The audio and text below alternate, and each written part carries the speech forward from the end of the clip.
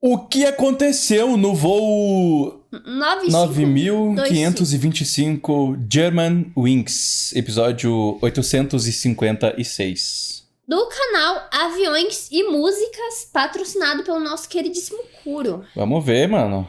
Tenho medo. Esses negócios de avião, assim, eu já tenho medo. Mas se tiver o famoso áudio deles, aí eu entro em desespero. Que aí me dá um... Vixe. Aí acaba comigo.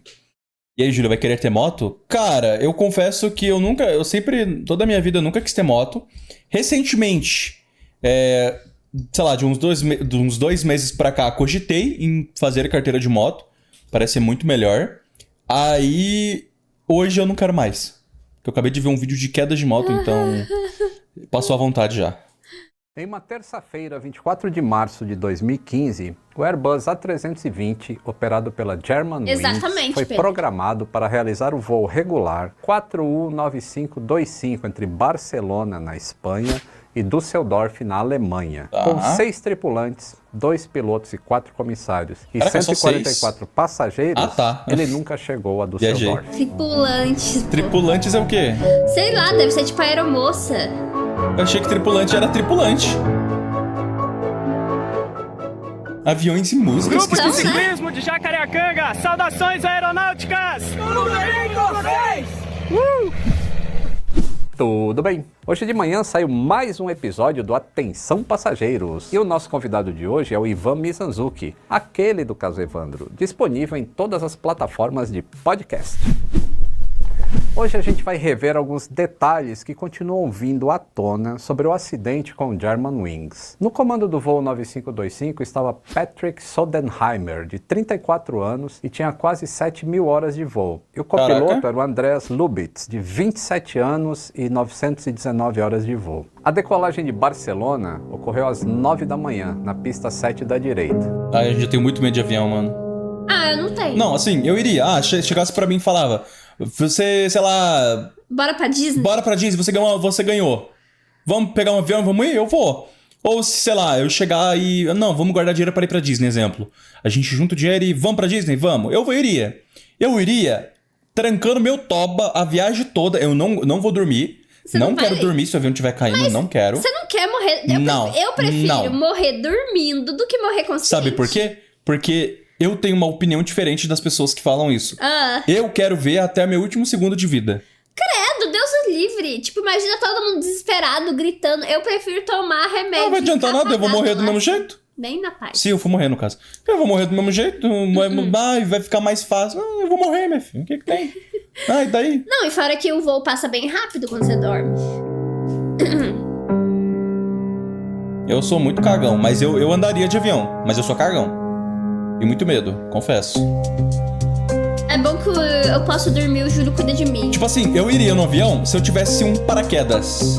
O copiloto era o PF, Pilot Flying. Para entender o que é não que PF adiantaria muita coisa, PNF, né? Porque eu não sei. Que é Pilot Not Flying. Abrir um paraquedas. Dá uma olhadinha aqui no episódio 523. A subida foi feita da forma normal, utilizando o piloto automático e o autothrust. Durante a subida, a campainha de solicitação de acesso à cabine tocou e um comissário de voo entrou. Os 3 tripulantes começaram uma conversa sobre como foi a parada em Barcelona.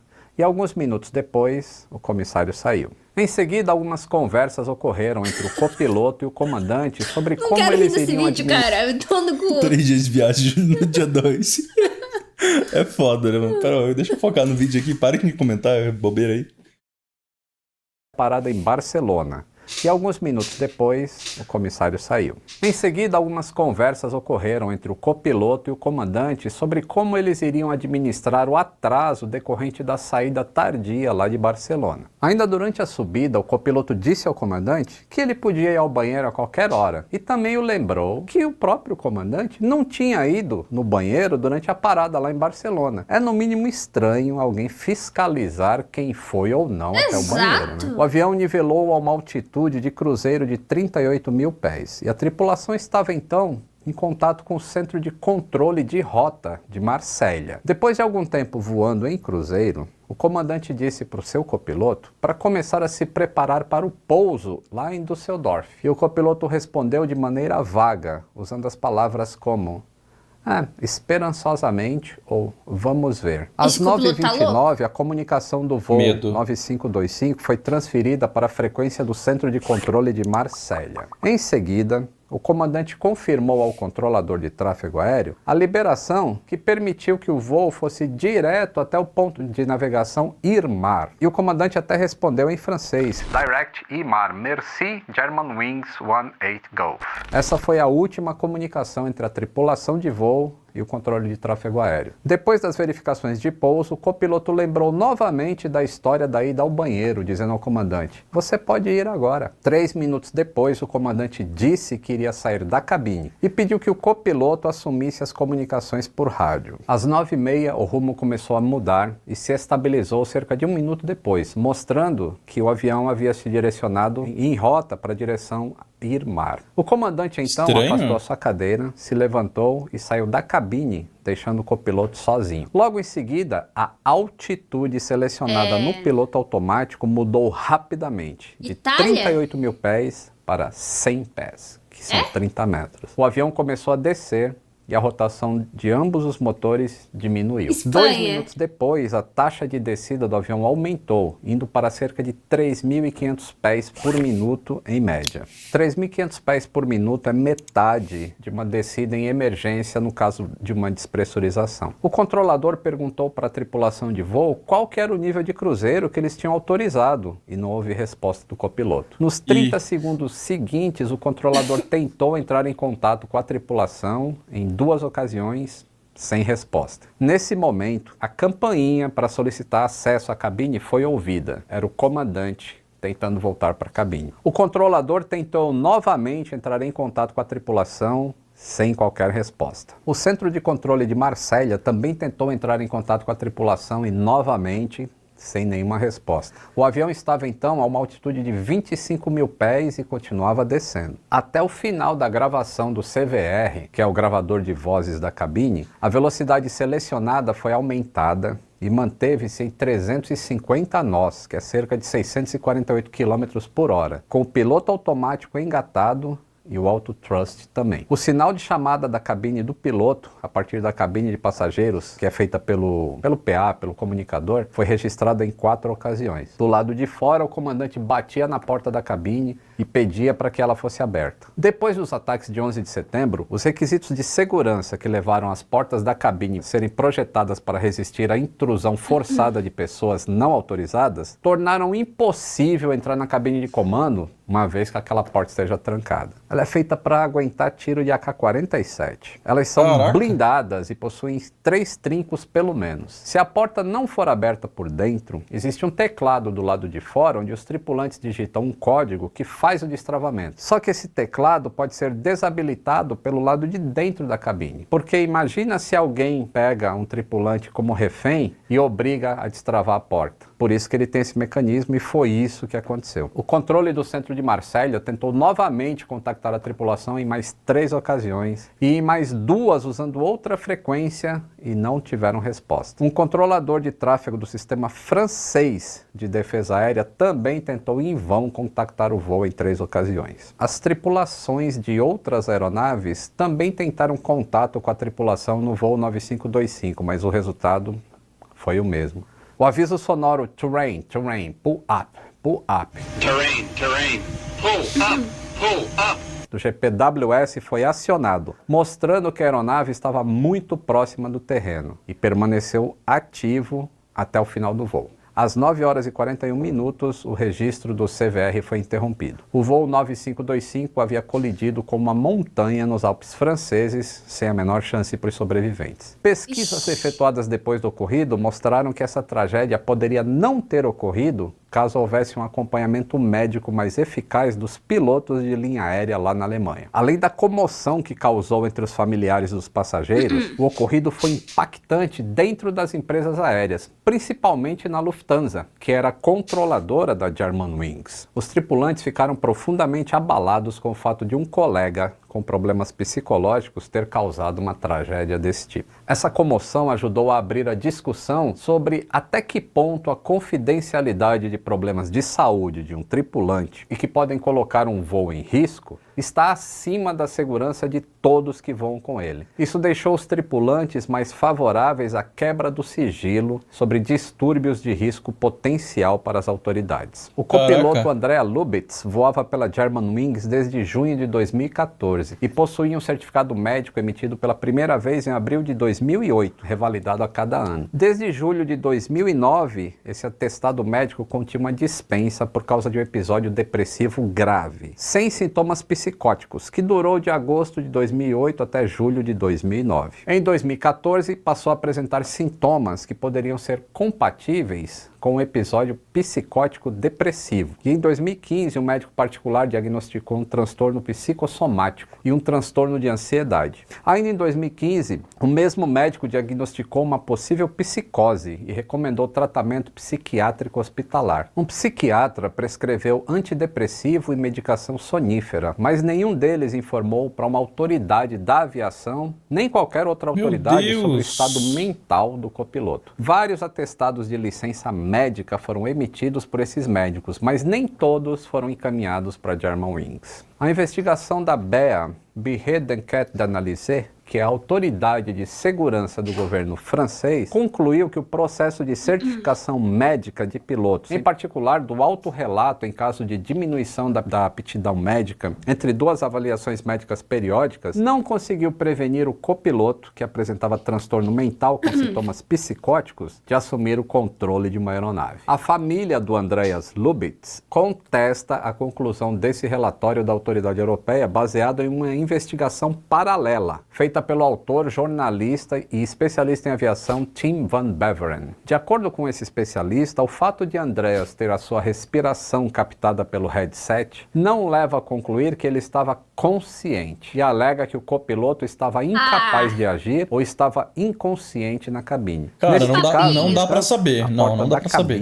Poderia Mas ter ele sido trancou aberta, a porta. digitando-se no teclado um código de emergência de 3 dígitos que todos os membros da tripulação conhecem. Só que houve indicações dos funcionários da Germanwings de que o teclado da aeronave envolvida no acidente tinha um defeito que impossibilitava a digitação desse código de emergência. E, portanto, a porta da cabine não pôde ser aberta, apesar de qualquer tentativa de digitação desse código. Ainda de acordo com o especialista, a redução na altitude de 38 mil pés para 100 pés pode ter sido implementada pelo sistema de gerenciamento de voo sem intervenção manual de um piloto. E esse fenômeno já teria ocorrido várias vezes antes e depois da queda do Germanwings. O Airbus A319 da Germanwings, equipado com os mesmos sistemas de controle de voo, anteriormente desceu 2 vezes de modo não comandado pelos pilotos. A intervenção da tripulação impediu que a aeronave descesse mais. Esses incidentes demonstrariam, de acordo com essa investigação paralela, que a aeronave poderia descer incontrolavelmente sem aviso e sem intervenção humana nos controles da aeronave. E de acordo com a família, Andreas não teria tendências suicidas. Ele era saudável, alegre. Mas é que a família sempre vai ficar do lado dele. Essa tese levantada pelo Van Beveren, apesar de não ser impossível de ter acontecido, a maioria das pessoas que se matam são muito alegres e felizes da vida. Tem o fato dele ter feito aquela frase estranha lá, do tipo, o cara fala, vamos usar logo, e ele fala uma frase estranha, e ele tá controlando, tipo, você não foi no banheiro. Tipo, induzindo ele a sair. Ele ia sair pra ele poder trancar, pra poder fazer essa merda. Eu acho que... Eu quero que muitas falhas tenham ocorrido ao mesmo tempo. E a probabilidade de que isso tenha acontecido é bem baixa, né? Bem na hora que o cara vai no banheiro, aí o negócio troca sozinho e ao mesmo tempo o copiloto fica inconsciente.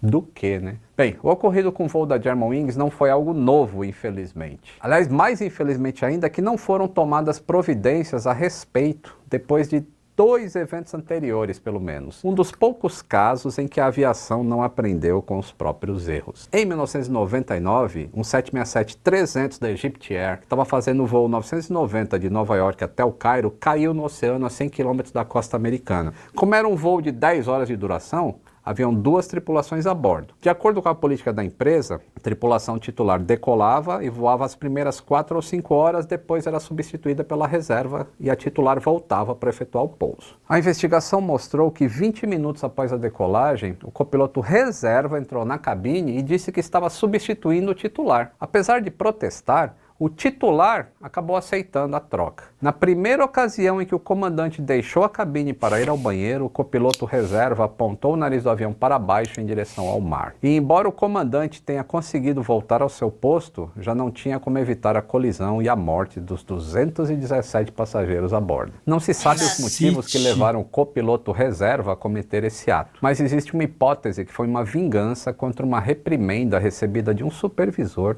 que estava a bordo, após ele ter tido uma má conduta com mulheres em um hotel e que o levaria a ser afastado dos voos de longa distância, onde os pilotos recebem um pagamento adicional. Mas o governo do Egito discorda das conclusões do NTSB, alegando uma improvável falha na aeronave. Em um outro evento, ainda antes do ocorrido com o voo 9525, um Embraer 190 da Linhas Aéreas de Moçambique, LAM, em 29 de novembro de 2013, que fazia o voo 470 de Maputo, em Moçambique, para Luanda, em Angola, caiu quando sobrevoava a Namíbia, aproximadamente na metade do caminho, vitimando seus 33 ocupantes. As investigações mostraram que, assim que o copiloto foi ao banheiro, o comandante travou a porta da cabine e passou a altitude do piloto automático de 38 mil pés para 532 pés, que era um valor abaixo do nível do terreno no local. E eu também sou a aumentou a favor de velocidade. ficar 3 pessoas na cabine. Chegou a 3.800 Ficar metros sentadinho por lá minuto, só olhando. mesmo com os speed brakes abertos, de acordo com o relatório do acidente. O comandante tinha uma série de problemas pessoais, inclusive com a suspeita de suicídio do filho dele naquela mesma data, um ano antes. Era política da empresa nunca deixar um piloto sozinho na cabine, mas não se sabe por que nesse dia, infelizmente, ela não foi cumprida. O desaparecimento do voo 370 da Malásia é tido por muitos como um caso de suicídio do piloto também. Mas essa é uma teoria, que daí uma sempre tese, vai ficar duas que ainda pessoas. vai ser muito difícil de ser provada, pois o avião até hoje não foi localizado. Para saber mais sobre o Malásia, veja aqui o episódio 850. Depois do ocorrido com o Germanwings, as companhias europeias e muitas outras, inclusive aqui no Brasil, adotaram o procedimento de jamais deixar um piloto sozinho na cabine de comando, sendo obrigatório que um outro tripulante entre toda vez que um dos pilotos sair. Psicólogos afirmam que o simples fato de ter uma outra pessoa presente pode inibir um possível surto. E como na aviação qualquer causa que leve a um acidente é considerada como aprendizado, depois do voo 9525, o controle de saúde dos tripulantes teve que ser revisto e melhorado. Hoje, qualquer problema que possa impactar na tomada de decisão por parte de um tripulante deve ser comunicado obrigatoriamente à autoridade aeronáutica pelo médico ou psicólogo. E o aspecto psicológico está sendo analisado com mais detalhes durante a revalidação das licenças. O medo provável de perder o direito de voar como um piloto profissional, se tivesse relatado a diminuição na aptidão médica e as consequências financeiras potenciais geradas pela falta de um seguro específico que abrangesse os riscos de perda de renda em caso de não poder voar, foram fatores que levaram, provavelmente, o copiloto de voo da Germanwings a esconder os problemas de saúde das autoridades aeronáuticas e também da empresa. Por causa disso, programas de seguro contra o afastamento de tripulantes passaram a se tornar mais comuns nas empresas desde essa época. No caso do acidente da LAM, já havia um procedimento de não deixar a cabine com apenas uma pessoa lá, e que não foi cumprido. E a gente sabe que a segurança da aviação tem como um de seus pilares fundamentais obedecer às regras e procedimentos estabelecidos. Se existe um procedimento, existe uma regra, é porque já aconteceu alguma coisa antes, é por isso que tem que ser seguido à risca. Mas não fique com medo, porque a probabilidade de você ser atingido por uma bala perdida ou ser atropelado por alguém embriagado enquanto está passeando calmamente em sua cidade é muitas vezes maior do que estar voando com um piloto suicida em um voo comercial. O controle sobre a saúde mental dos pilotos realmente aumentou depois desse voo da Germanwings e terá de ser ainda maior se a ideia de ter apenas um piloto nos cockpits dos aviões comerciais forem implementados. Tudo apesar tem de eu achar risco, que meu isso filho. vai demorar muito ainda, viu? Você sai na rua, já tem Esse risco. caso do Germanwings será revertido do relatório final, né? Apesar dos relatórios paralelos de investigação. O Germanwings foi o vídeo número 1 do canal depois desse novo formato. E aí, como saíram coisas novas, eu resolvi falar pra vocês aqui. Se inscreva no canal se não for inscrito. Eu não ando mais de avião, não. Obrigado. Gente, a chance disso acontecer comigo é grande, gente. Por quê? Porque eu sou azarado. Vida, você não é azarado, você tá vivo hoje. Mas eu sou azarado na vida. Tem gente que tem muito mais azar. Você tá aí, chegou nos 21. Mas eu sou azarado. Então, assim, eu... Não, obrigado. Obrigado, não. Ah, esses vídeos me dão agonia, velho. É louco. Eu só não sair de casa. Ah, eu sou um pouco paranoico de as coisas acontecerem assim, mas é a vida. Enfim, muito obrigado, Kuro, pelo patrocínio. Valeu, Kuro. Valeu.